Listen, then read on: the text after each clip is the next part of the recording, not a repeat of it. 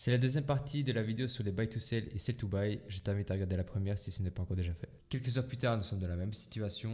Nous avons boss ce lot là. Le buy to sell est ici et les 50% sont dans cette zone grise. Ce high ici ne revient pas midi les 50% de ce mouvement. Mais quelques jours plus tard, on y revient. On casse à la hausse ces swing high pour ensuite continuer notre dump. De cette façon, beaucoup de personnes se font induire en erreur en voyant ici un potentiel choche et en voulant alors chercher des longues ici dans cette zone d'intérêt. Mais lorsque vous comprenez les raisons pour lesquelles un prix revient tester une zone et une autre, vous allez de moins en moins vous faire induire en erreur sur un choche pour avoir un billet haussier ou baissier. Dans cette situation, votre billet et votre tendance restent baissières. De plus, vu la réjection que l'on fait ici en M15, il y a très peu de chances de voir ici des opportunités pour longue. Vous devez vous servir de cette notion comme confirmation supplémentaire à additionner à d'autres confirmations également. Ce n'est pas une raison suffisante pour entrer dans un trade, mais il va aussi vous permettre de comprendre les mouvements du prix, pourquoi à cet endroit on réagit et pourquoi pas dans un autre. On m'a également demandé pourquoi ne pas attendre une confirmation en petit time frame comme un MSB avant de prendre une position. Et bien tout simplement parce qu'après avoir backtesté ma stratégie, les réjections me suffisent à rentrer en position. C'est ma confirmation ultime avant de rentrer dans un trade. Je vais dans un premier temps faire mon billet HTF en 4 heures et en daily en marquant mes zones d'intérêt avec les niveaux de liquidité importantes. Je vais me servir ensuite de l'historique de l'Asian